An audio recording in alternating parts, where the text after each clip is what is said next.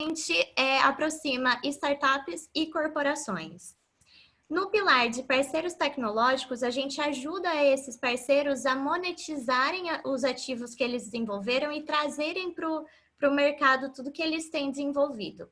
E, por fim, no pilar de educação, a gente se junta a universidades e startups de educação para prover ensino sobre empreendedorismo, tá ok? Não quero me aprofundar aqui, quero apenas passar uma visão geral, mas quem quiser conhecer mais programa de aceleração, o que a Venture tem para oferecer tanto para empreendedor, para startups, ou quem quer entender melhor essa proposta de inovação corporativa que a gente tem, quem quer saber como que a gente faz com os parceiros tecnológicos para trazer a tecnologia, os ativos para o mercado, ou quem quer saber das opções de educação, eu vou deixar aqui no chat o meu e-mail, pode falar diretamente comigo, que é só me perguntar e a gente pode conversar, tá joia? Eu quero voltar, então, para a nossa programação. Hoje a gente tem o debate. Como eu falei no início, ele faz parte de toda uma série de conteúdos que a gente está preparando para vocês, né? E essa semana, na quarta-feira, a gente tem a estreia de uma websérie também, que é o VH Web Pitch Festival. Então, a gente vai trazer toda semana 2 startups para contar a história deles, como que começou, como que está sendo, como que vai ser, o que eles estão achando. Muito bacana, um bate-papo empreendedor e com muito networking. Nessa semana, então, na quarta-feira, vem 2 startups da área de saúde, a Apta e a My Journey. Elas têm atuação completamente diferentes, mas histórias muito bacanas para compartilhar. A Apta, inclusive, está ganhando aí headlines com o que eles estão fazendo em relação ao coronavírus. Então, é muito bacana vocês participarem. Vocês já podem se inscrever, tá? Vou deixar no chat também o link com mais detalhes sobre esse Pitch Festival e com o link para as instruções, para as inscrições, tá joia? E na semana que vem, segunda-feira, nesse mesmo horário que a gente está se encontrando hoje, a gente tem a estreia de outra série. Serão 3 encontros para falar sobre a jornada do Customer Discovery, né? Então, como que você consegue descobrir qual que é a dor real do seu cliente e como que criar uma solução para resolver isso, né? É o segredo do sucesso e a gente vai tratar disso em 3 encontros online nas próximas segundas-feiras. Bom, para organizar isso, né, é muita informação, então a gente criou aqui uma tabelinha para facilitar na cabeça de vocês. Então, vocês têm compromisso com a gente marcado toda segunda e quarta-feira às 7 da noite, exceto nesta quarta-feira, que será às 8, por causa de um probleminha de horário, mas vale a pena, tá, gente? É muito bacana. E eu vou, como eu disse já, eu vou deixar os links para vocês se inscreverem e terem mais informação, tá joia? Quem tiver qualquer dúvida também pode me acionar ou procurar qualquer pessoa da Venture Hub. Tá joia? Quero voltar então para a gente começar o nosso debate. Vou convidar o Azarite, que também é da Venture Hub, e ele vai apresentar nossos convidados e vai conduzir a conversa, tá bom? Também, tá bom, gente? Obrigada. Azarite, tá aí? Por aqui. Legal. E aí, valeu. Obrigado, Maísa. Obrigada. Primeiro, é uma honra estar com vocês aqui. A gente fez com muito carinho essa preparação desse bate-papo de hoje. E eu estou trazendo aqui um pouquinho de apresentação para fazer um pequeno debate, assim, para esquentar um pouquinho o nosso debate. Mas queria agradecer especialmente aos nossos debatedores, né, que são pessoas que a gente escolheu a dedo por conta da representatividade que cada um deles tem em seus segmentos, né? Então, o José Nunes Filho, ele é o diretor do CIESP aqui em Campinas, ele é médico veterinário, tem todo um trabalho aí na área da cadeia de nutrição animal, aí, na cadeia da proteína animal, né? E é um empresário que está já lidando com isso há muitos anos, como empresário, empreendedor, e hoje liderando o Centro da Indústria de São Paulo, aqui em Campinas, né, o CIESP Campinas, tendo sido aí uma pessoa de larga experiência, e vai trazer um pouquinho da sua experiência de como as empresas ligadas ao CIESP estão olhando para frente, apesar da situação, né? Temos aqui também a Adriana Flose uma parceira aí de longa data, ela, além de presidente da SIC, hoje é vice-presidente da JUSESP em São Paulo, representando aí as mulheres nos cargos de alta liderança aqui no nosso setor produtivo, né? E também tem um trabalho bastante forte, agora tem acompanhado aí uma série de ações ajudando os microempreendedores, o pessoal do varejo, o pessoal da pequena empresa, né, a passar por esse momento, e também é uma apoiadora muito forte do que a gente diz de futuro e tendências aí, né? Ela lidera um grupo dentro da SIC, que é o Future Advisory Board, do qual tenho o prazer de participar como um moderador, e também contribuindo com essa visão de futuro para empresas e como é que a gente sai dessas situações complexas, né? Nós temos também o João Sato. O Sato é superintendente do Venturos. O Venturos é um dos mais tradicionais e uma das lideranças em pesquisa e desenvolvimento na área de tecnologia da informação e comunicação. E a Venture Hub tem o orgulho de ter o Venturos como um ecosystem partner, que é, junto conosco, um frequentador assíduo e entre aspas, aqui, um patrocinador do nosso espaço de inovação que fica aqui no Polo de Alta Tecnologia de Campinas, né? E, para finalizar, não menos importante, nós temos aqui o Omar Branquinho. O Omar Branquinho, dentre outras coisas, ele é uma liderança das startups desde o tempo da Associação Campinas Startups, hoje a Campinas Tech, né? Ele como presidente atual. E, além de tudo, é um empreendedor em série, né? Ele tem, vamos dizer assim, um viés de acreditar no empreendedorismo, acreditar na possibilidade de coisas exponenciais, escaláveis, né? E vai estar conosco aqui também mostrando o lado das startups que tiveram aí também o seu momento de preocupação com essa fase de transição. Só que antes da gente partir para o debate e partir para que cada um fale um pouquinho, eu preparei uma apresentação aqui para vocês, e ela é uma apresentação mais para a gente inspirar um pouquinho esse debate do que para entrar com conteúdo propriamente dito, né? Bom, aqui a carinha dos nossos debatedores, né? A Adriana, o Omar, aqui o Nunes, o Sato, e eu tenho a honra de estar aqui como vice-presidente de Corporate Innovation da Venture Hub, um dos sócios da empresa, tendo o prazer aqui de moderar esse debate. Olha só, o que estava acontecendo, né?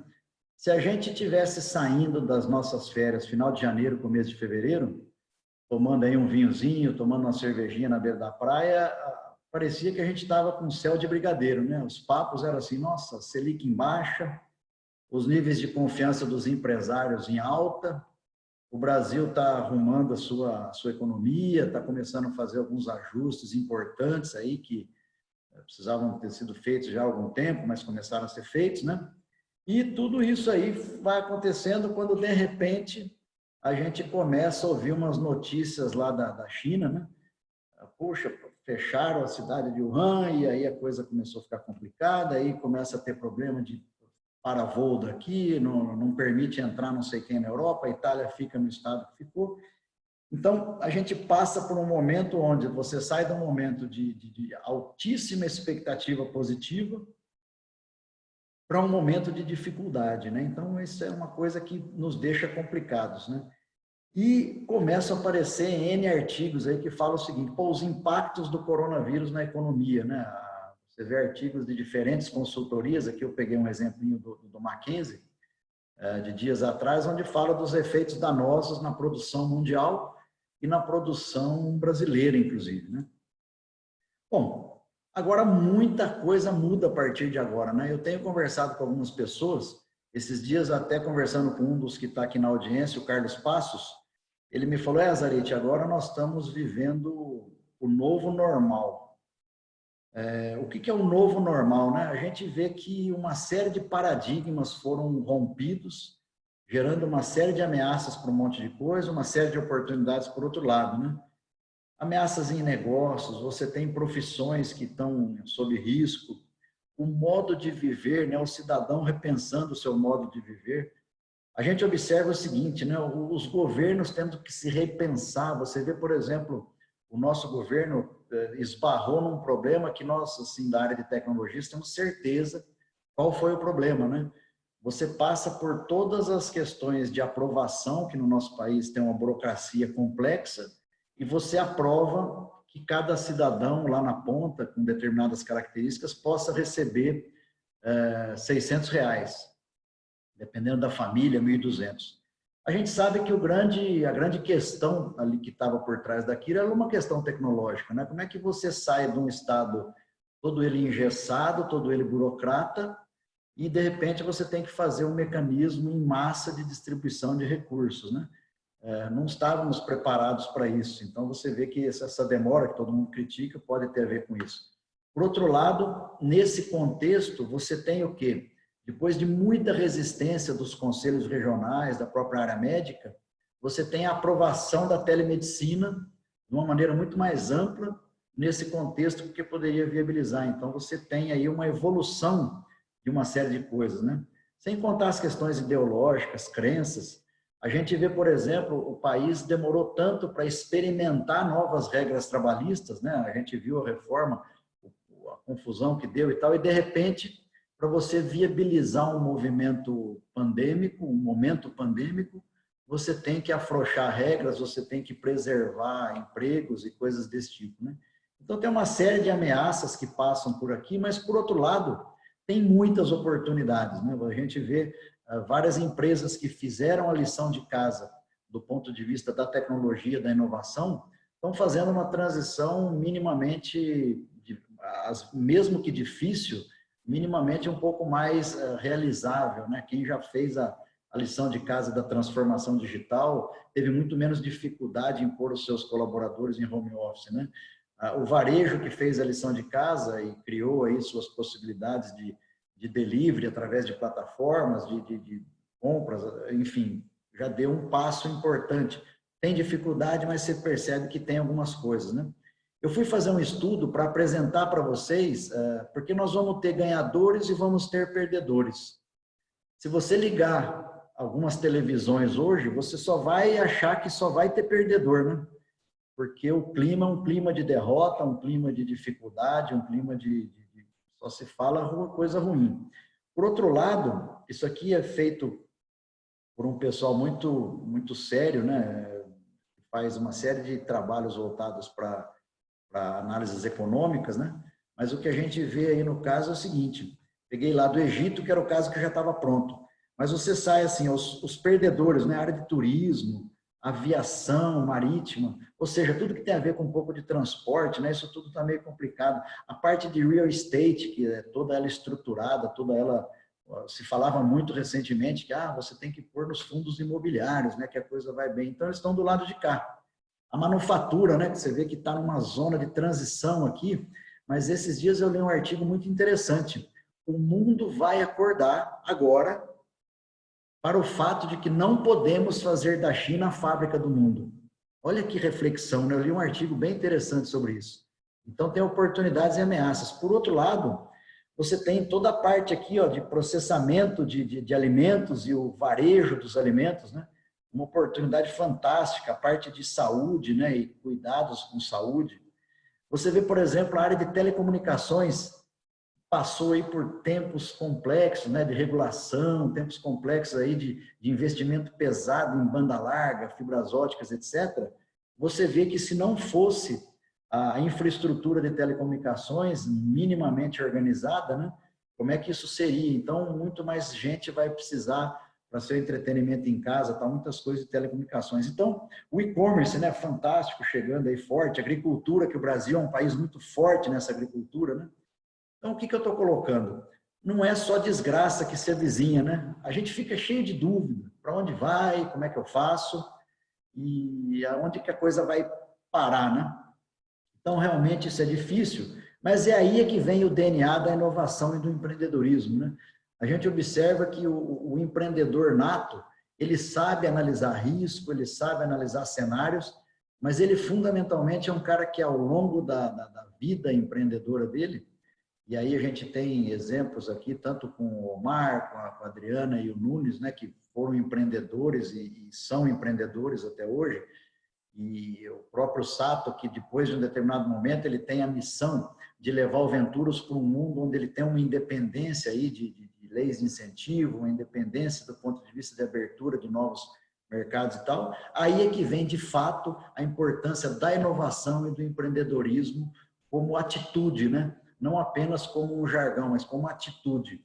Então, é disso que nós vamos estar falando um pouquinho, e também da importância da gente entender esse ecossistema, né? O ecossistema de inovação e empreendedorismo, que tem as grandes e médias empresas fazendo parte, né? E elas cada vez mais olhando para fora, no modelo aí de Open Innovation, inovação aberta, né?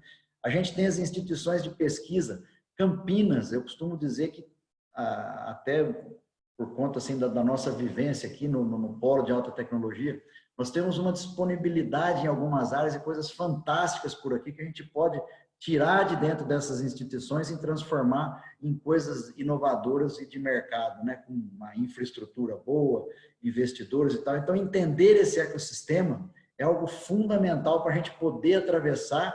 E hoje, o que a gente está vendo forte que essa crise está nos ensinando, né?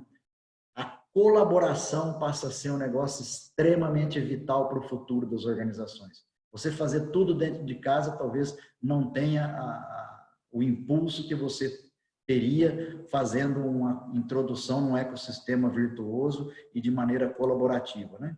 Então, agora a ideia, gente, é muito rápida esse bate-papo que eu estou mostrando para vocês. Quero ir para o debate direto sobre inovação e empreendedorismo para acelerar negócios. Então, eu vou parar o compartilhamento aqui e vou pedir primeiro para a Adriana. Adriana, conta um pouquinho da SIC para a gente, o trabalho que você está fazendo na JUCESP. Antes da gente entrar no tema propriamente dito, fala 5 minutinhos, depois eu vou dar 5 minutinhos para o Nunes, para o Sato e para o Omar também, tá bom? Então, vamos escutar um pouquinho a Adriana. Adriana, obrigado por ter aceito o convite. Boa noite. Precisamos liberar o microfone da Adriana. Boa noite, Azarite. Boa noite aos colegas que estão aqui compartilhando desse debate e boa noite a todos vocês aí que estão nos assistindo. A SIC, dentro desse novo normal que nós teremos a partir de agora, nós estamos fazendo de tudo aí para ajudar o pequeno empresário a esclarecer todas as suas dúvidas, porque muitos têm falado de medidas provisórias, de medidas que os governos têm tomado, mas que não chegam na ponta, né? Está muito difícil de você ter essa nova realidade na ponta.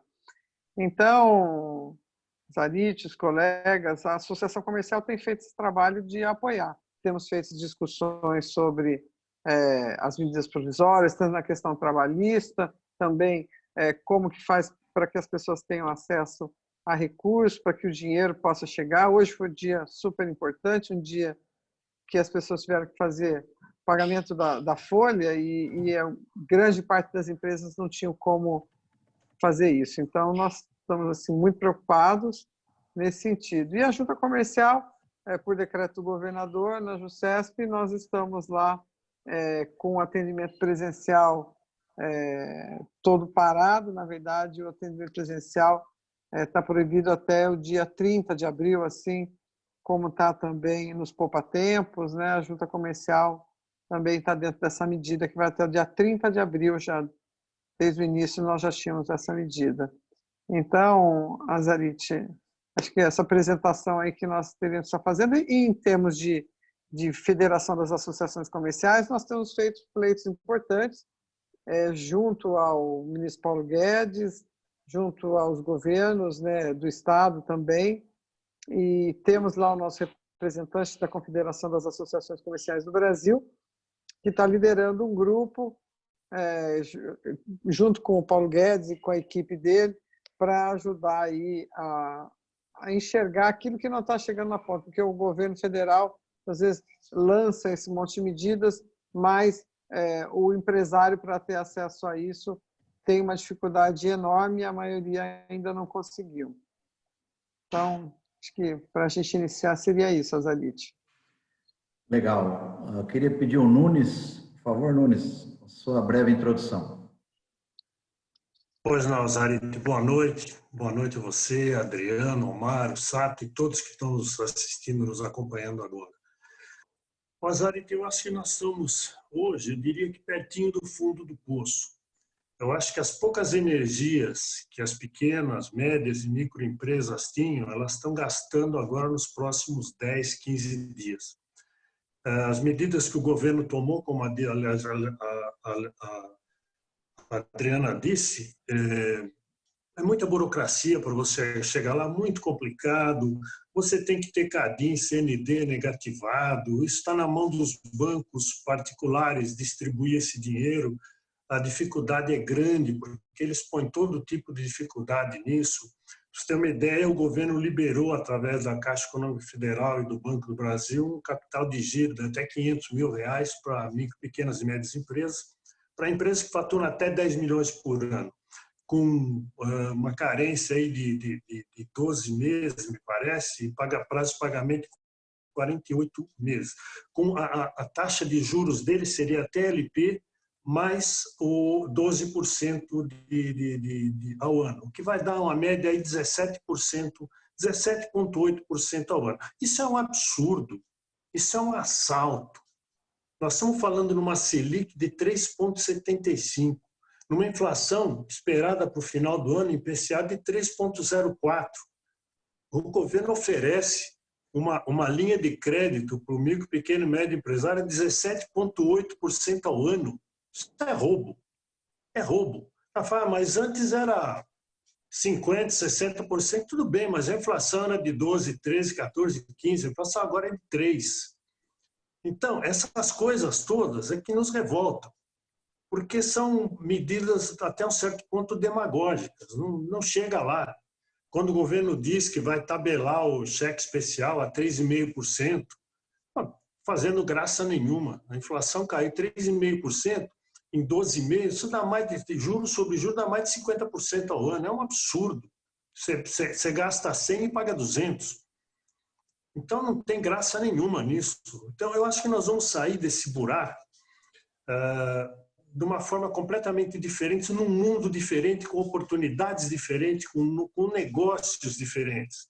Quando eu digo que nós vamos ter uma inflação em torno de 3% ao ano, vamos ter uma Selic de 3,75%, isso significa que ninguém mais vai ter aquele cafetão de dinheiro, vai desaparecer. Aquele dinheiro que fica parado em prazo fixo, em títulos do governo, aquele dinheiro inútil, ele vai ter que vir para a vida produtiva, porque não vai mais render nada. A taxa de juros chegou na taxa de inflação, é 0 a 0.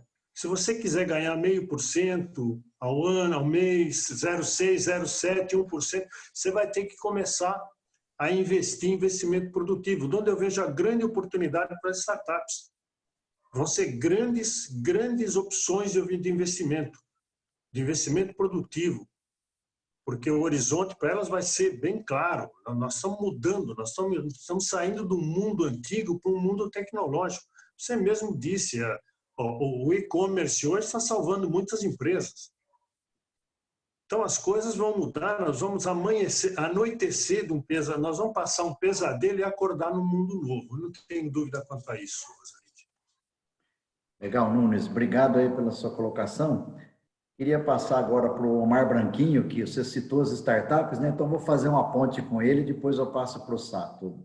Omar, como é que está aí? Conta para a gente aí um pouquinho do que você está fazendo, não só na Campinas Tech, como também na própria empresa sua, na Deskflow, né? Conta para a gente aí. Legal. Primeiro, obrigado pela oportunidade aí, Zarit. Obrigado, pessoal da mesa. Eu faço das palavras do Nunes as minhas, assim, a condição macroeconômica que a gente está vivendo hoje e as medidas que estão sendo tomadas, elas são totalmente incongruentes. E dada a criticidade e a falta de horizonte que a gente tem desse problema, até certo ponto essas medidas são tacanhas aí, né? Dando um pouquinho da visão da startup, né? Eu já estou no meu quarto negócio de startup agora. É uma ferramenta para produtividade de equipes, enfim. E a gente tem um gancho legal com essa questão de equipes remotas também, para manter produtividade de equipes de operação remotamente, né?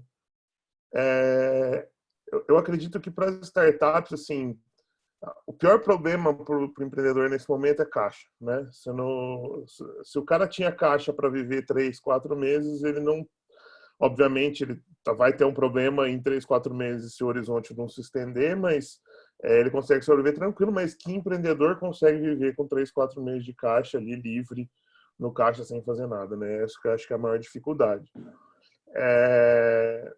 Uma startup ela vive uma realidade um pouco diferente, porque ou ela tem caixa, ou ela está na pindaíba total, né, de não ter caixa, não ter dinheiro mesmo.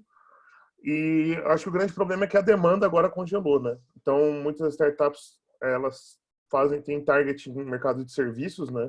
E até mercado de varejo, enfim, e essas coisas tá todo mundo retraindo porque tá com medo, não sabe o que vai acontecer, né? E isso é justo, é prudente você ter essa visão de risco, mas também enxergo algumas oportunidades nesse médio e longo prazo aí, depois dessa tempestade. Eu acho que, como o Nunes disse, eu acho que tem muita oportunidade para startups explorarem, e até mesmo na interação com as outras empresas aí digamos, do setor mais tradicional, né? De aprender a maneira como trabalha, né? A gente, nessa escola, a gente nasceu remoto já. Então, ter que vir para casa não foi problema nenhum. O que está sendo uma oportunidade é que os nossos clientes estão percebendo que a gente consegue entregar valor ainda remoto. E isso era uma resistência. Então, o mercado tradicional tinha uma resistência de contratar serviços remotos, e hoje isso está diminuindo. Talvez essa seja a maior... Isso vai viabilizar outros modelos de negócio, né? Então, as pessoas vão entender que dá para distribuir conteúdo online de uma maneira muito mais fácil. Você liga uma teleconferência como essa, a gente já está passando conteúdo de altíssima qualidade. Enfim, eu acho que, de alguma forma, vão sair muitas oportunidades dessa situação toda aí. Legal, Omar, muito obrigado. A gente volta contigo já já. Agora eu queria ouvir o meu amigo João Sato, superintendente do Venturos, para suas palavras iniciais aí, Sato. Conta para a gente aí como é que a gente está no Venturos.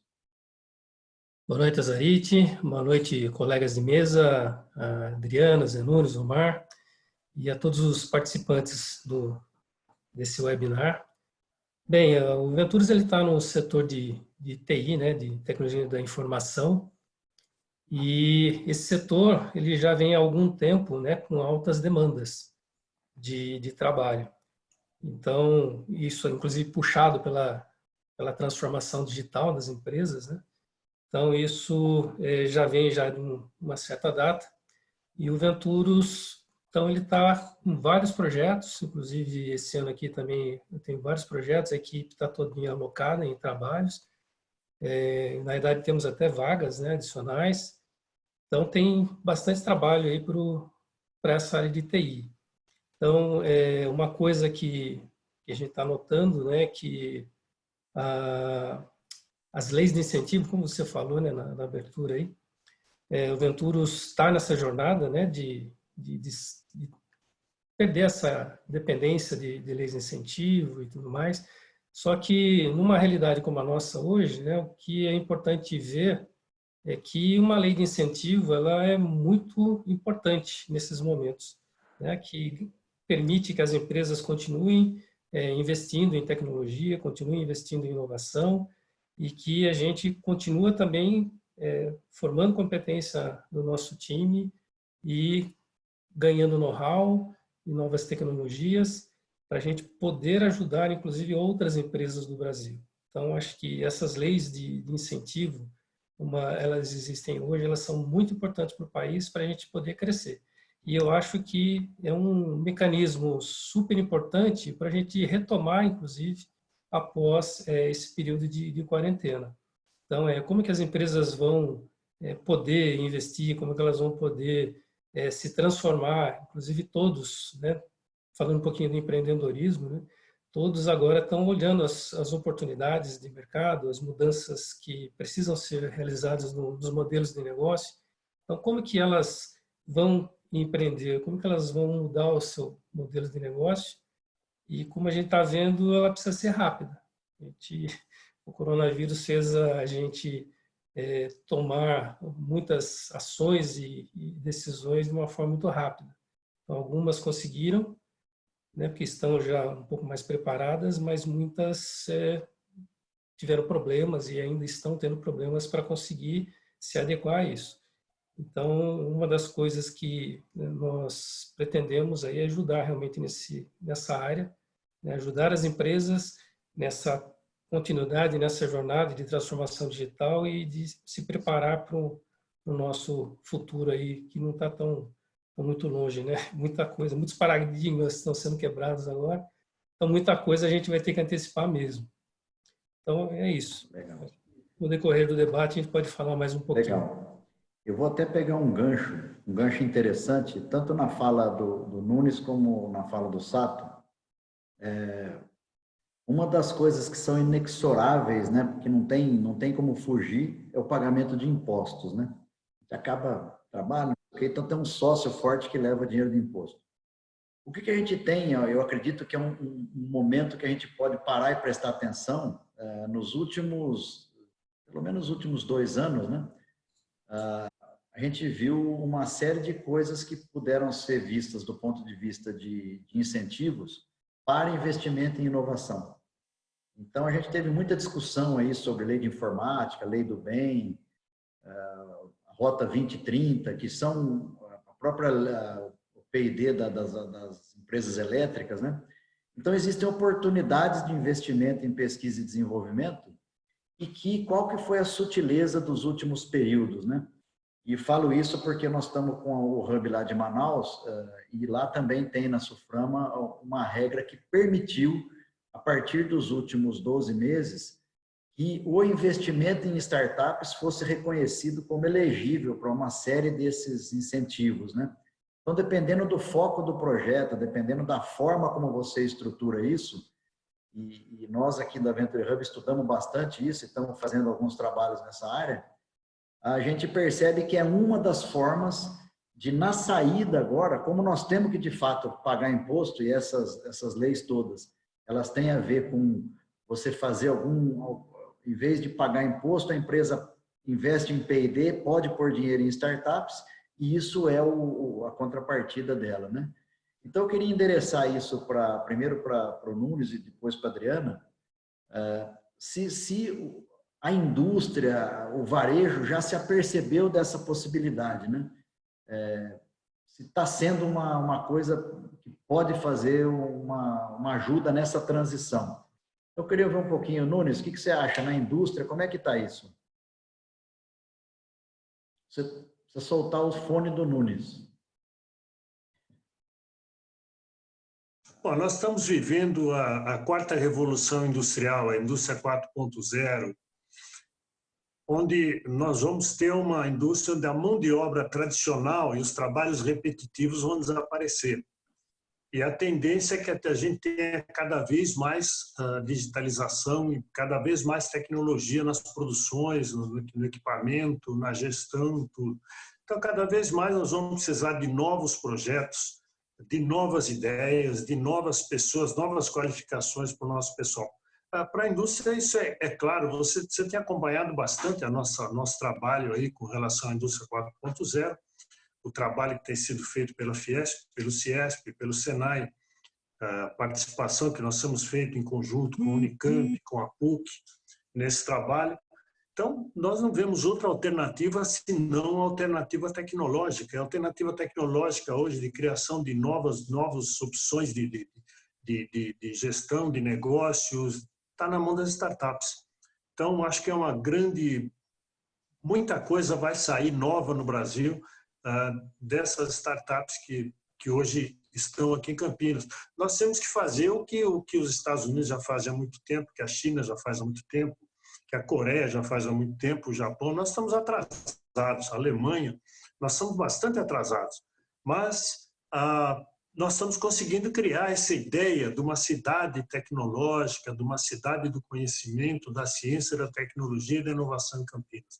Nós temos que viver essa realidade, porque, como eu disse, nós vamos acordar desse pesadelo num mundo novo, onde nós vamos precisar de muita tecnologia. Há 15 dias atrás, nós estaríamos fazendo essa reunião, talvez lá no Venturos, talvez não sei aonde, mas não dessa forma como nós estamos fazendo agora remotamente.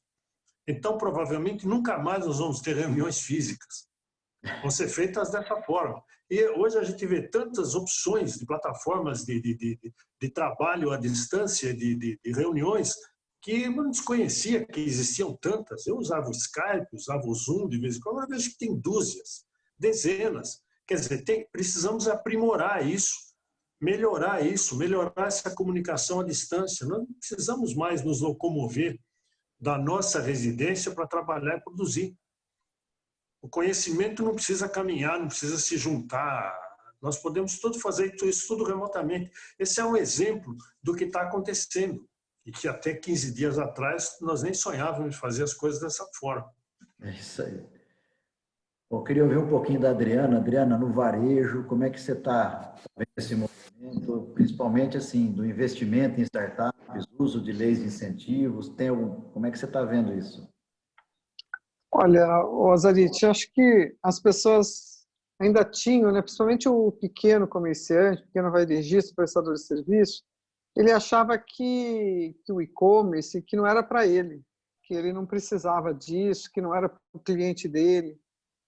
E aqueles que saíram na frente, aqueles que de alguma forma já têm algum tipo de operação estruturada, estão tendo a possibilidade de continuar a vender, fazendo essa entrega por delivery, quer dizer, buscando novas formas de fazer o trabalho. Então, eu acho que, assim como as reuniões, a gente não precisa mais, como bem o Nunes está colocando, não precisa mais perder tanto tempo se locomovendo de um lugar para o outro, né, para produzir uma reunião. Às vezes a gente gasta mais tempo se locomovendo do que o tempo que dura aquela reunião.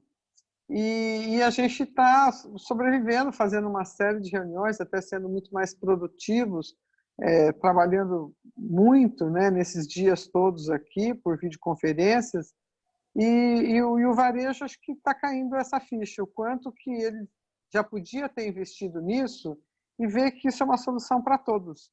É uma solução e isso vai trazer uma série de oportunidades para startups, de investimento nesse sentido, de cada vez mais você ter a possibilidade do digital em absolutamente tudo.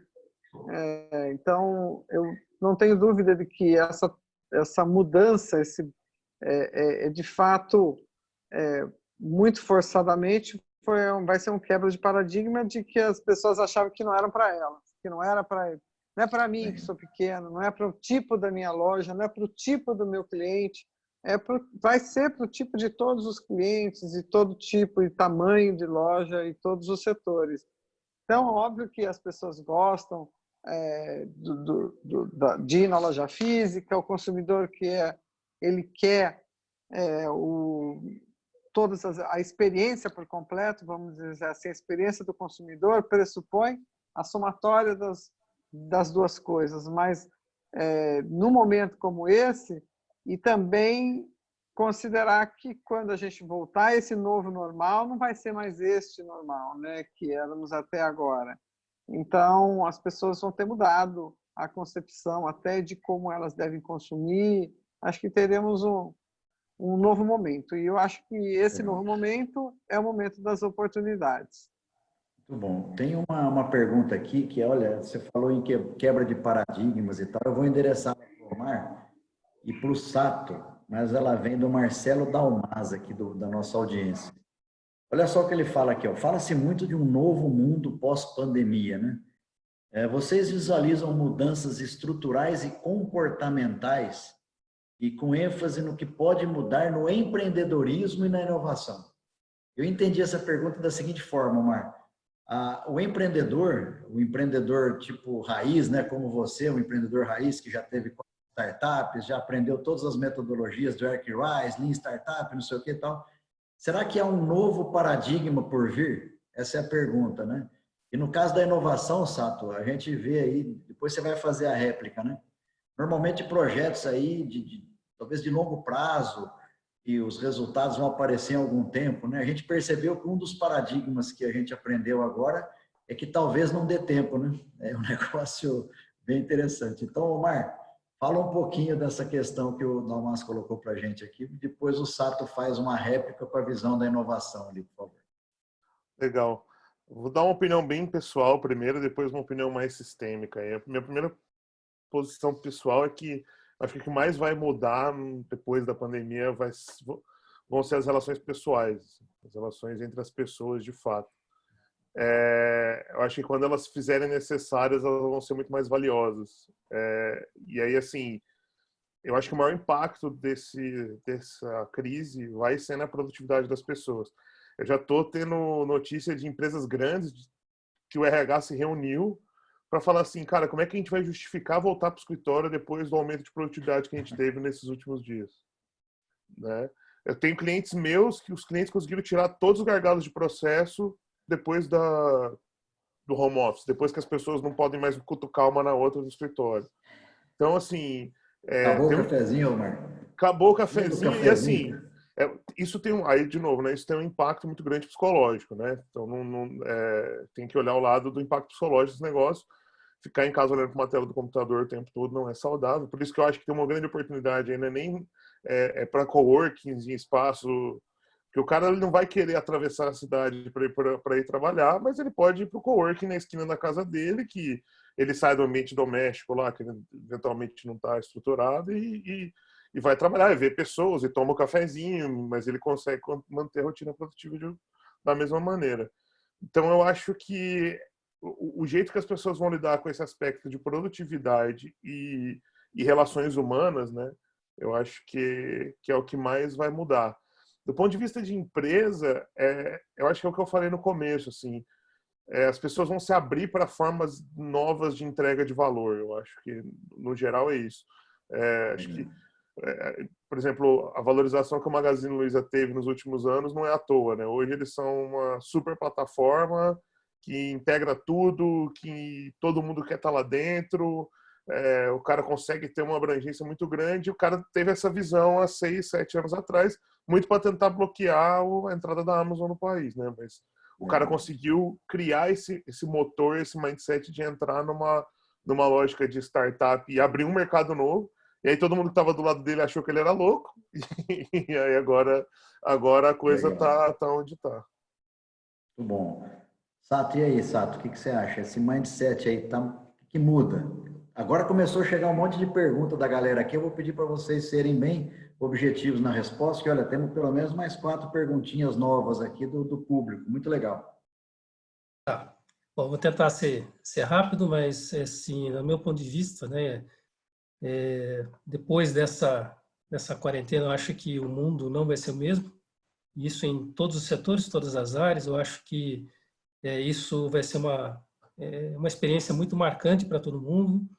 Então, os negócios provavelmente não vão ser mais os mesmos, ou seja, a forma de se fazer negócio não vai ser mais a mesma, a forma das pessoas se relacionar também não vai ser mais a mesma. Infelizmente, que eu acho que essa perda, né, desse contato físico, ela não é muito boa. Eu acho que as pessoas precisam achar depois uma forma de se socializar mais presencialmente depois, né, para a gente não perder essa característica. Mas, do ponto de vista de inovação, muito do que estava sendo previsto para daqui 2, 3 anos, isso vai ter que ser antecipado. Eu acho que as tecnologias estão aí, existe muita tecnologia, existe muito desenvolvimento legal que dá para fazer, inteligência artificial, IoT, realidade virtual aumentada, tem muita coisa que ela ainda está sendo muito pouco utilizada, mas que ajudaria muito as empresas, as pessoas, né, a sociedade. Então, tudo isso ajudaria muito. E a gente estava aqui no Brasil ainda num estágio ainda assim, intermediário, né, de transformação digital. Então, as empresas elas precisam realmente evoluir nessa questão, até mesmo para poder conseguir dar um passo diferente de inovação dentro do seu modelo de negócio, no seu trabalho. E é isso que eu acho que as pessoas precisam repensar, né? É um momento agora, nessa quarentena, de repensar, ver a situação que nós estamos vivendo e como que a gente melhora, que passos a gente precisa tomar e que ações, como que, por exemplo, nós lá no Ventura estamos revendo o nosso planejamento estratégico, né? Por quê? Porque a gente sabe que nós não vamos ter um ano como nós tínhamos previsto no fim do ano passado. Então, o que precisamos fazer, o que o Venturas precisa melhorar, o que a gente precisa repensar nos nossos planos, né? Como que a gente ataca essa situação. Então, acho que é o momento de todos refletirem sobre isso, para a gente sair com planos melhores aí para enfrentar o pós-quarentena. Legal, tem uma pergunta legal aqui do Pedro Siena, amigo Pedro Siena aí, do ecossistema de longa data. Ele faz uma pergunta muito interessante que eu queria, assim, eu vou passar por todos, mas eu queria que vocês fossem bem específicos e curtos nessa resposta, porque ele foi muito provocativo. Será que nós não estamos pondo muito peso na possibilidade das startups serem parte da solução, considerando que elas também vão estar com uma baita dificuldade de caixa? De onde vem a grana para resolver essa questão? Qual que é o papel, talvez, da indústria, do governo nesse contexto, para que, de repente, essas startups que são tecnológicas, têm modelos de negócios legais e tal, possam ser, de fato, esse elo com o futuro aí? Não está tendo muito peso em cima delas? Se sim, o que poderia ajudar a ter menos peso? Então, vou começar pela Adriana lá, Adriana. Tem que soltar o som da Adriana. Aqui, vamos lá. Azarite, olha, eu acho que está se pondo muito peso, com certeza, mas acho que estão surgindo tantas coisas com tanta rapidez, a dificuldade vai ser para todos. Para aqueles menos estruturados, vai ser muito pior. A startup, se ela não tiver, acho que tem dois momentos, como o próprio Omar citou, tem aqueles que já estão, ou estão muito bem, ou está com grande dificuldade. Eu acho que ela faz parte da solução, porque vai ser difícil para todos. Acho que é parte da solução. Com certeza é parte da solução. Maravilha. Nunes, e a sua opinião, Nunes? Esse peso é forte? Sim, o peso é enorme. Eu comentava com vocês da indústria 4.0. Hoje, na indústria, nós pensamos em impressão 3D, robótica, inteligência artificial. O Sato falou em realidade virtual aumentada, integrando os processos, comunicação integral à distância que a gente tem hoje, armazenamento em nuvem. Tudo isso nós precisamos de coisas novas, criadas. E o dinheiro para isso ele vai sair do investimento produtivo. Como eu disse, o investimento especulativo vai desaparecer quando terminar essa pandemia. E quem quiser investir vai ter que investir na produção. E as startups vão ser excelentes oportunidades de negócio, desde que tenham bons produtos em mãos.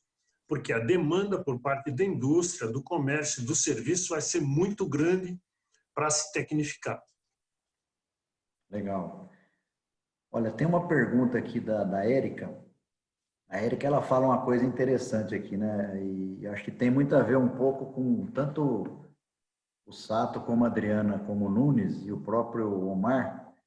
Eles representam, são conselheiros da Fundação Fórum Campinas Inovadora, né?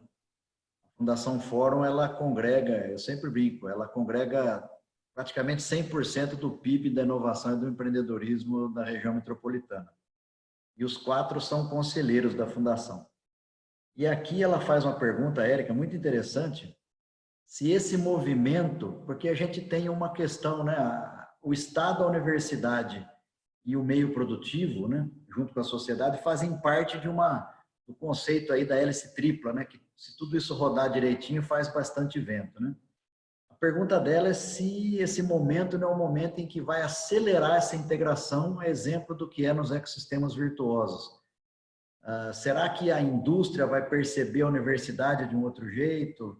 A universidade não vai se abrir mais? Será que o poder público não vai tentar articular de uma maneira mais interessante? A gente vê em Campinas um movimento positivo nessa direção, né?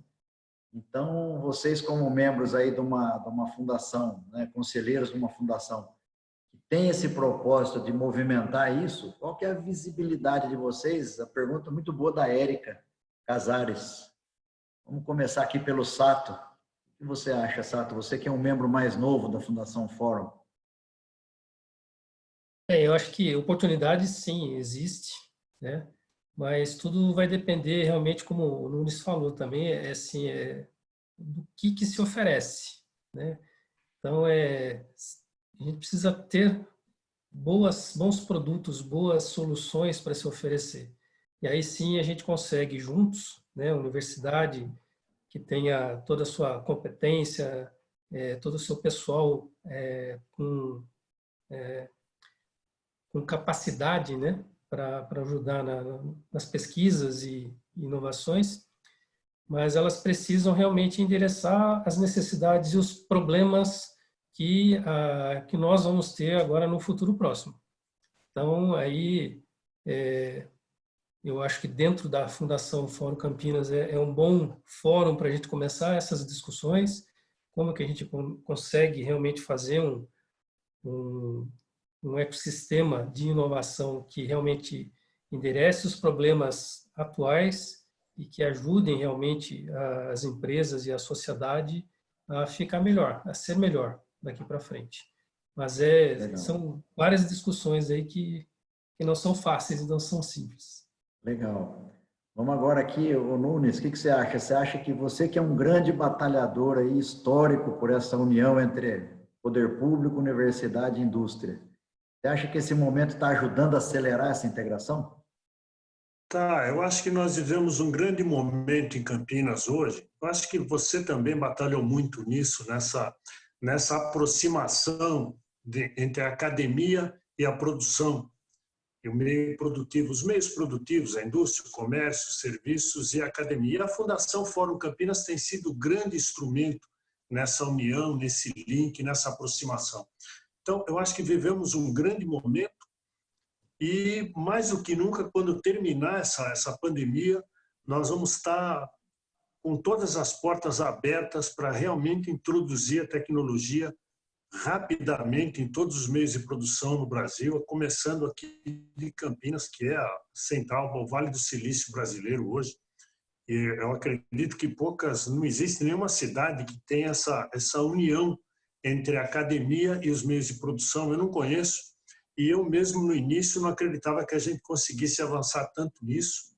Você mesmo, dirigindo a fundação, você colaborou muito com isso, com essa aproximação. Você que veio de uma empresa do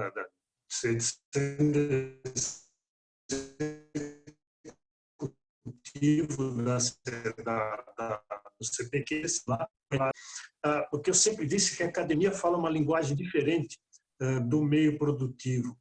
E é preciso ter alguém que faça a tradução. E hoje a Fundação Fórum Campinas faz isso. Legal. Então, eu acredito realmente que nós vamos renascer valorizando muito mais a tecnologia, a inovação, as nossas startups e o nosso conhecimento aqui regional. Legal. Adriana, o que você acha? Vai ter essa aproximação ou ainda estamos distante disso? Você acha que acelerou? Tem que abrir o telefone, o micro.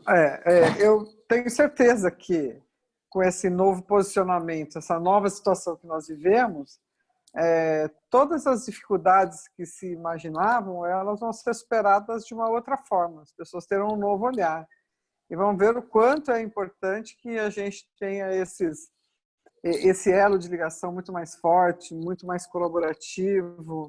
Eu acho que a gente vem num outro momento, de fato. E eu acho que a Fundação Fórum Campinas, tudo isso, faço minhas as palavras aí do Nunes, do Sato também.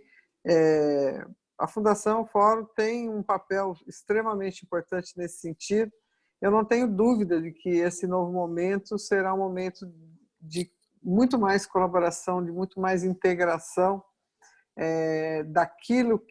do conhecimento com de fato o setor produtivo, com aquilo que a gente possa colocar na realidade imediatamente. Então, eu vejo isso com bons olhos. Acho que o próximo momento é um momento propício a isso. Legal. Tem uma pergunta aqui muito legal do Marcelo Abreu lá do Venturos, né? Olha aí, Sato, fazendo escola, turma do Venturos assistindo o nosso webinar. Bem-vindos aí. Marcelo, ele pergunta uma coisa interessante sobre capacitação. Olha só que interessante, né? Nós estávamos falando aí do momento de aprender muito rapidamente uma série de coisas, tal. Ele coloca aqui a seguinte questão. aprender a programar é o inglês dos tempos de hoje. Essa falta de pessoal qualificado na tecnologia vem sendo também um grande gargalo. Ele faz essa afirmação. Então, a pergunta tem a ver com o seguinte: capacitação para esse novo momento, né? A gente viu naquela minha curvinha que eu mostro na minha apresentação inicial, toda a parte de educação ela vai ser transformada de uma maneira, ela está lá do lado verde, né? Como é que vocês veem essa questão da capacitação? Vamos começar pelo Omar ali, depois o Sato faz um reply em cima disso. Capacitação em tecnologia. Eu acho assim, hoje existe um grande gargalo porque tem muita demanda e acho que num outro evento que eu participei aí, acho que só na região de Campinas deve ter umas 4, 5 mil vagas abertas de programador, por exemplo, né?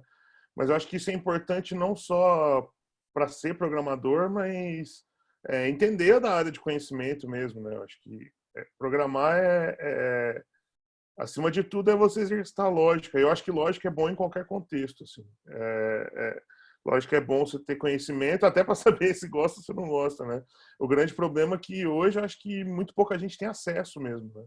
E viabilidade. Então a gente tem algumas iniciativas aí até da prefeitura para isso, né? Eu acho que sim, talvez aprender a programar é o inglês. O inglês também é necessário, né? Só para deixar claro, é extremamente necessário porque muito conhecimento está em inglês. Eu acho que isso ninguém que está querendo trabalhar nessa nova realidade tem que se privar de saber falar inglês. Eu só queria, Zarit, só voltar naquele ponto do peso nas startups. Pode falar. Antes de você ir nesse ponto, chegou uma outra pergunta do Pedro Pimentel, da Venture Hub. Grande Pedrão. Uhum. Uma pergunta ligada com essa questão da capacitação, né?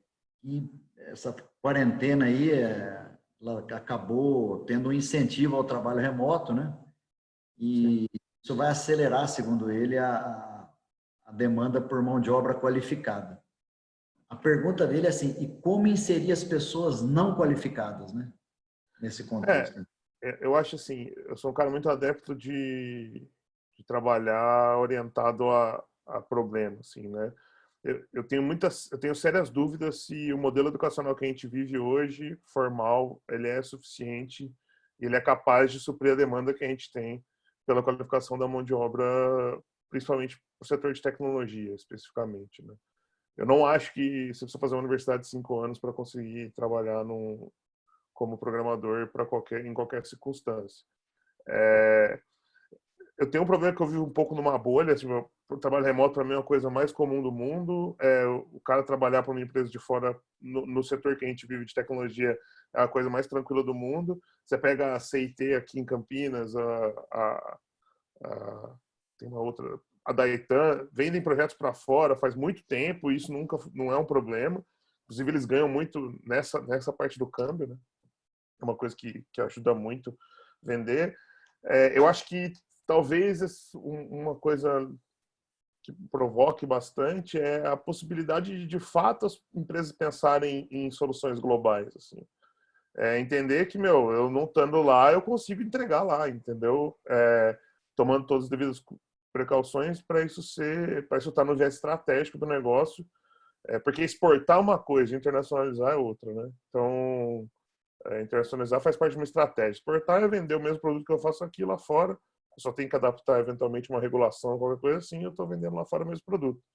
Mas eu acho que esse trabalho remoto pode sim tanto atrair mão de obra de fora qualificada para trabalhar em negócios que estão aqui, quanto permitir negócios que estão aqui vão para fora com alguma facilidade. Legal. Deixa eu pegar um pouquinho da visão do Sato. Você quer encerrar isso? Eu passo para o Sato para falar da questão da capacitação? Não, eu queria falar só do negócio do peso das startups lá. Depois você volta com isso. Voltamos aí. Segura isso aí. Sato, conta um pouquinho para a gente dessa questão da capacitação, o desafio aí.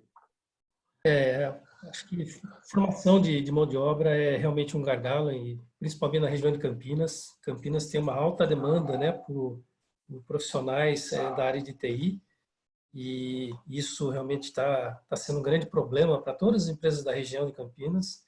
encontrar profissionais adequados aí para suas atividades. E eu acho que um problema, né, até para a gente conseguir atender toda essa demanda, ele não é assim, não existem soluções simples e triviais. Que, como o Omar falou, para você ter um desenvolvedor, a pessoa tem que ter conhecimento da área, ela tem que ter conhecimento de lógica. Então, existem pré-requisitos para que essas pessoas possam fazer essa transição para uma área de tecnologia.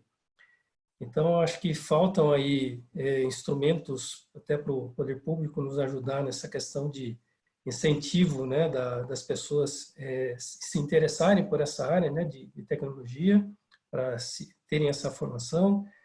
Concordo com o Omar também que o modelo educacional que nós temos hoje no país não é um modelo adequado, principalmente para a formação de desenvolvedores. Eu acho que precisaríamos ter coisas mais simples e rápidas para a gente ter pessoa qualificada para essa área de desenvolvimento. E legal. Sato, deixa eu pôr uma pimentinha de uma pergunta que chegou aqui da Graciane Seolim, e ela aborda a questão seguinte, né, que eu vou completar um pouquinho. Esse momento é um momento de estresse, né? Muita gente estressada, muita gente tem que viver um jeito diferente, trabalhar em casa, outras habilidades, né? E ela diz aqui, ó, como é que essa questão do desenvolvimento das habilidades, tipo inteligência emocional e outros soft skills, num momento como esse, né? Então, tem a capacitação técnica, e o que ela está passando aqui é a importância da capacitação do ser humano numa situação um pouco diferente do que é só o mundo corporativo, né? Como é que você vê isso?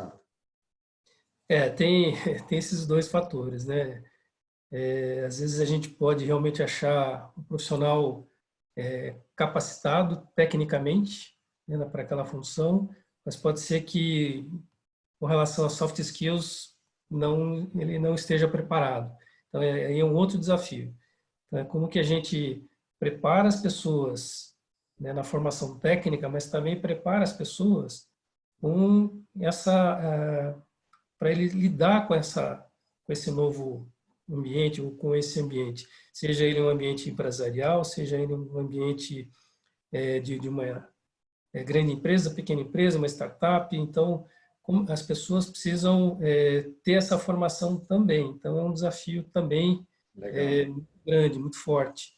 E, de novo, não é simples. Tudo isso realmente é complicado. E até a outra pergunta, né? Como que você faz a inclusão de pessoas nesse mundo que é digital hoje? Eu diria assim, a mesma coisa do celular, do smartphone, né? Quando ele apareceu, que muita gente que não tinha habilidades, né, para uso do smartphone, fala, não, isso não é para mim, isso aqui eu preciso só de um telefone e mobilidade, eu não preciso de um smartphone. E, no entanto, hoje todo mundo tem seu smartphone, todo mundo usa suas redes sociais no smartphone, não vive mais sem smartphone. Então, acho que isso também uma transição que a gente vai viver agora e que precisa ser rápida, é uma transformação que tem que ser rápida. Mas o desafio de formar pessoas nessa área de TI, realmente ele está muito grande, principalmente na região de Campinas. Legal. Tem uma pergunta aqui que ela, na verdade, ela foi a primeira pergunta que eu recebi, mas eu estava esperando a oportunidade para colocar essa pergunta, ela veio do Gilberto. É uma pergunta típica de quando a gente começa a partir para o final de um debate desse tipo aqui.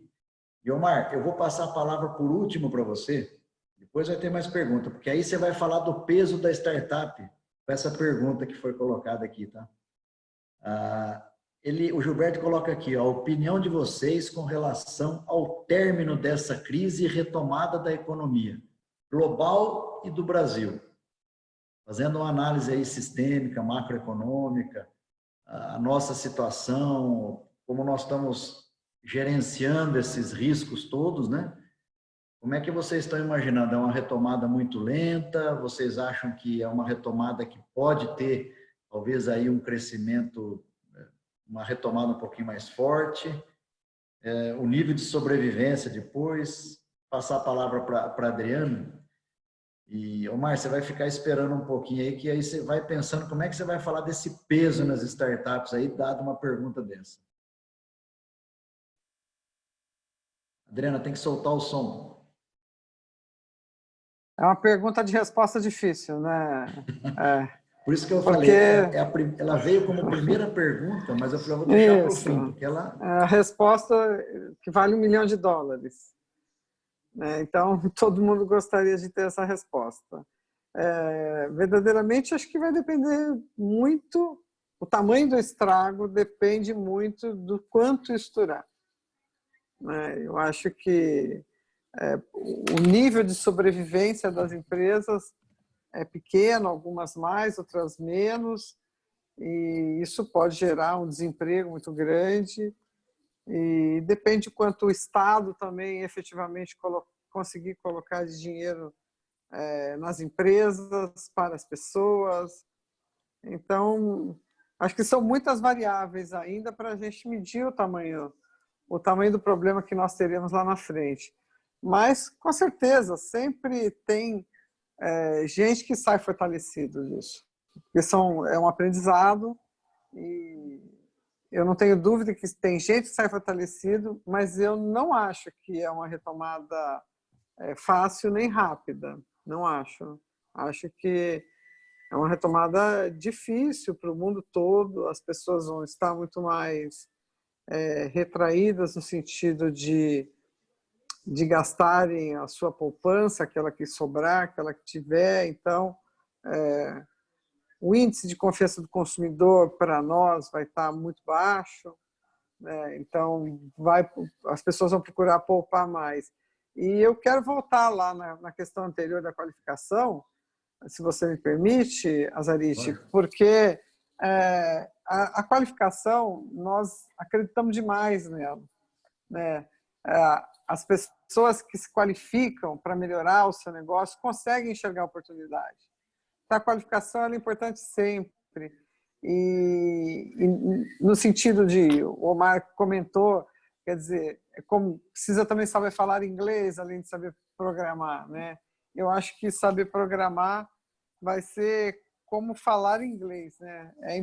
Vai ser impossível que você não saiba de alguma forma, por qualquer tipo de aplicativo, programar alguma coisa. Então, as pessoas vão ter que estar qualificadas para isso. Eu não tenho dúvida que faz diferença na vida de grande parte dos empresários, aqueles que conseguem enxergar a oportunidade, conseguem avançar e ir mais longe, é o quanto ele se qualifica para poder enxergar essa oportunidade. Então, legal. Tenho certeza disso. Legal, obrigado, Adriana Nunes. E aí, o que você acha dessa retomada? Eu acho que o Brasil vai se dar bem com esse negócio. O grande negócio do Brasil é o agronegócio. Nós temos o agronegócio mais tecnificado, mais moderno, mais produtivo, mais eficiente do mundo. Nós temos o melhor clima, nós temos as melhores terras, todas as terras brasileiras são agricultáveis, nós não temos aqui clima abaixo de zero, nós não temos furacões, nós não temos desertos. Então, o Brasil vai se dar muito bem porque todo mundo vai ter que comer.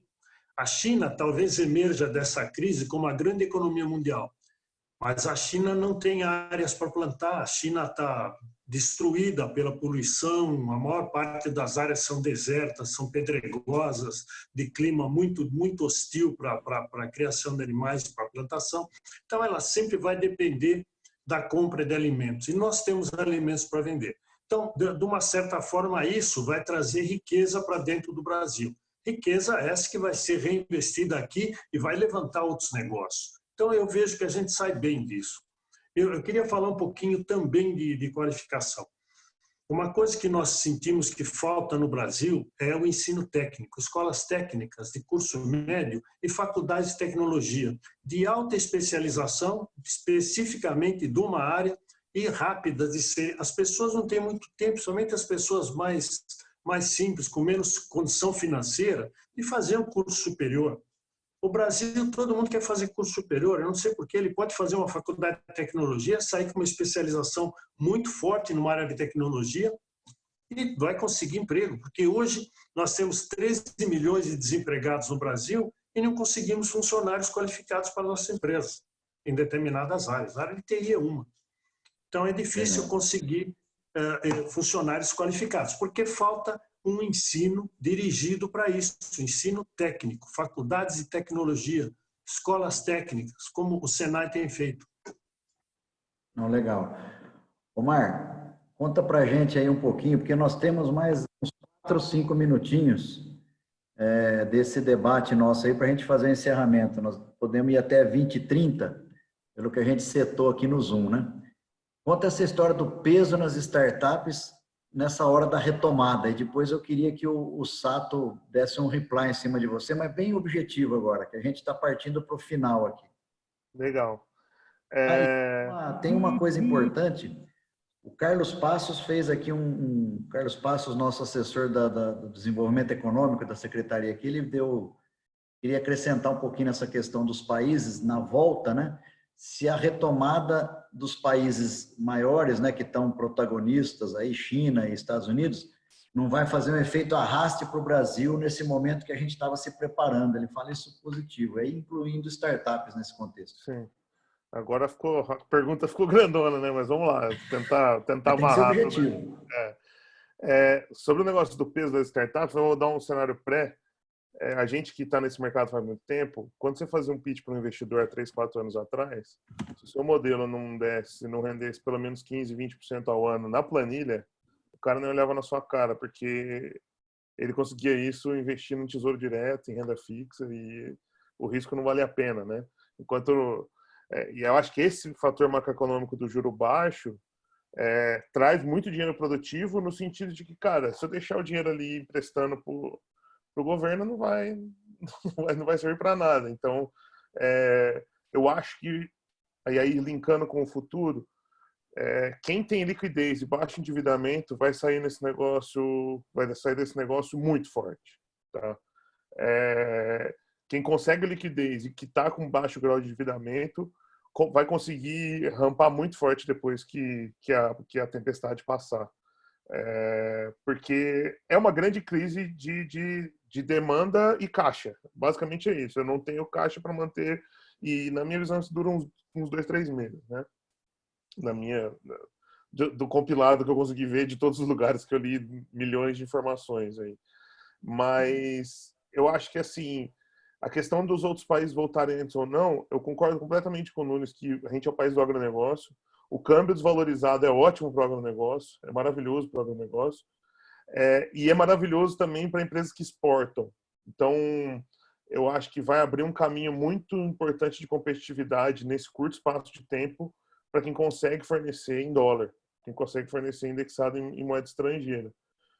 Nesse curto espaço de tempo, acho que o dólar tende a baixar depois que essa crise toda passar, porque o grau de confiança no Brasil, teoricamente, aumenta também. Mas acho que é muito calçado em setor de serviços, exportação e, principalmente, agronegócio, vão ter um impacto. Tem um comentário, Omar, acrescentando no seu comentário, um comentário do Alex Fóssil, que é um executivo aí de longa data, com muita experiência em grandes multinacionais aí na área do agronegócio. Ele fala, é muito pertinente essa questão de que o ensino técnico será crítico para o agronegócio e a economia do Brasil. Então, essa linha de ação, ele reforça um pouco o que o Nunes falou ali, né? Da importância de se ter aí o ensino técnico como um viés aí que para o próximo ciclo possa ser bem interessante, muito legal. A gente não tem essa cultura no Brasil do ensino técnico, né? Na Alemanha isso é muito mais forte, por exemplo, né? O cara não procura o ensino superior, tem um tecnólogo, um tecnológico no meio e muita gente se capacita e vai para a indústria com esse nível de capacitação que também é necessário. Olha, muito legal. Olha, a gente já tinha encerrado as perguntas, começaram a chegar comentários, né? Muito legal. Encerra a pergunta, aí você está no virtual, a turma faz comentário, e é legal isso, né? Tem uma aqui que vem do Rio Grande do Sul, nós estamos atingindo o Rio Grande do Sul, gente. Enio Moraes, um ex-CIO de empresas fortes aí, a gente conhece o Enio de longa data. Ele diz o seguinte, que essa questão de gestão de projetos, né, vai para um outro patamar com essa coisa à distância, né? E uma outra coisa interessante que ele está falando aí do produtor rural, produtor industrial, produtor varejista, todos serão tocados por esse novo momento aí, né? Com uma forma de relação entre grupos de trabalho. Muito interessante essa abordagem sobre a ótica de gestão de projetos. Você já tem um monte de ferramentas já fazendo isso, mas a gente foi forçado a se educar para isso, né? Eu acho que é por aí. Pessoal, olha, nós temos mais 2 minutos, então eu queria dar 20 segundos para cada um dos nossos painelistas falar seu fecho final. Vamos começar. Ladies first, eu queria pedir para a Adriana, por favor. Depois aí eu vou falando 20 segundinhos de fechamento. Tá certo, Azarite. Obrigado aí pela oportunidade da gente estar colocando algumas coisas que a gente tem feito e o posicionamento das associações comerciais, em que a gente tem contribuído aí nesse momento para ajudar as pequenas empresas, prestadores de serviços e o comércio também. Obrigado aí por estar junto aqui com o Omar, com o Sato, amigo Nunes, com você, Azarite, que tem sido sempre aí o nosso comandante lá no Future Advisory Board. Cada 60 dias a gente gosta de ficar falando de futuro. E Legal, um futuro obrigado, diferente Adriana. agora, né? Maravilha. Então, um abraço. O próximo vai ser virtual. Um futuro Nunes, diferente. suas últimas palavras aí, por favor.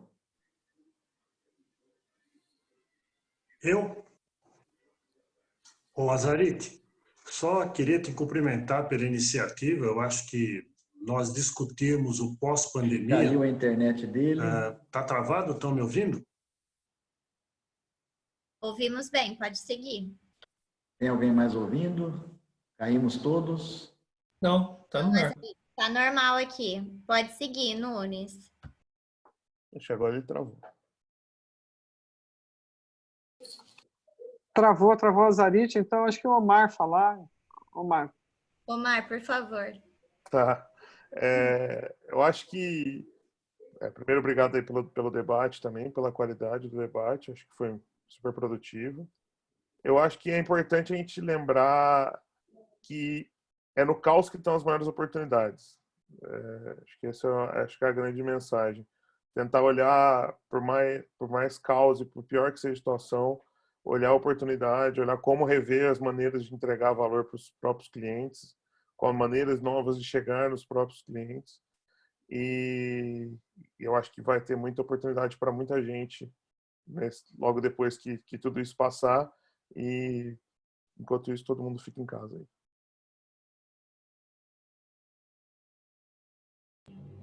Legal. Nunes, se você quiser continuar, travou aqui, a gente não conseguiu te ouvir.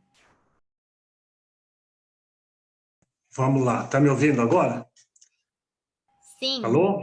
Sim, Bom, sim. eu queria cumprimentar o Azarite pela iniciativa e dizer que nós vivemos uma experiência completamente nova e imaginar que em tão pouco tempo nós estamos repensando o pós-pandemia aqui e de que forma nós vamos alavancar a economia, alavancar nossos negócios na hora que esse pesadelo terminar. Isso é muito importante e eu queria agradecer pelo convite, por ter me permitido participar desse debate e cumprimentar todos os amigos da mesa e agradecer e dizer que estamos sempre à disposição aqui, Azarite, para esse tipo de iniciativa. Azarite, você está no mute. O Sato já falou? Teve uma hora que eu saí e voltei. Não, ainda não. Então, Sato, por favor, suas considerações finais. Bom, primeiro, agradecer você pelo convite e por ter organizado todo esse webinar. Não só esse, né, mas tem uma série de webinars aí no Venture Hub. Então, parabenizar pela iniciativa. Acho que isso é super importante. Esse tema de hoje ele é muito importante para a gente começar a discutir e ver realmente como que a gente sai dessa situação. O Omar falou muito bem, né? No caos sempre aparecem as oportunidades e é isso que a gente tem que tentar aproveitar, sempre pensar de forma positiva, né? E pensando positivo, tentando ser um pouquinho otimista, quem sabe a gente sai rapidamente, que o Brasil consiga sair rapidamente dessa situação. E para isso a gente precisa se unir, precisamos trabalhar juntos, e precisamos ter ações positivas e colaborativas. É isso. Legal. Bom, pessoal, queria agradecer aí imensamente. A Venture Hub tem o orgulho de ter um ecossistema, estar num ecossistema extremamente virtuoso e ter pessoas do gabarito de cada um de vocês. Olhando nossa audiência aqui, a gente viu altíssimo nível, gente de vários lugares do Brasil, pessoal do nosso ecossistema aqui. Então, em nome da Venture Hub, eu agradeço a participação de cada um de vocês, né? O Omar, o Nunes, a Adriana, o Sato, né? Quero aqui aproveitar para reiterar o agradecimento ao Sato, que agora o Venturus é o nosso novo Ecosystem Partner dentro do nosso hub de inovação aqui, que ficamos próximo aqui ao Alphaville, e é uma aposta importante para o futuro, e ter parceiros desse porte, com certeza é uma honra para a gente. O Marcelo, que sempre nos apoiou nisso aí, agora na audiência, agradecemos demais. E, Maísa, temos mais algum recadinho para passar para o pessoal? Qual que é a ideia? Não, pessoal, quero agradecer de novo, né, aos nossos painelistas, agradecer a quem estava aqui participando com a gente, as perguntas. E agora eu vou, só para encerrar, deixar o convite para vocês continuarem acompanhando as outras séries que a gente vai fazer, né? Eu passei o calendário, já deixei o link todo aqui no chat, deixei como última mensagem para ficar fácil para todo mundo. E é isso, a gente espera que todo mundo aproveite bastante e se conecte com a gente. Obrigada. Pessoal, um abraço a todos. Abraço, Obrigada, boa noite a gente. todos. Tchau, tchau. Um abraço. Boa Obrigado, noite. tchau, tchau. Tchau, tchau. Tchau, tchau.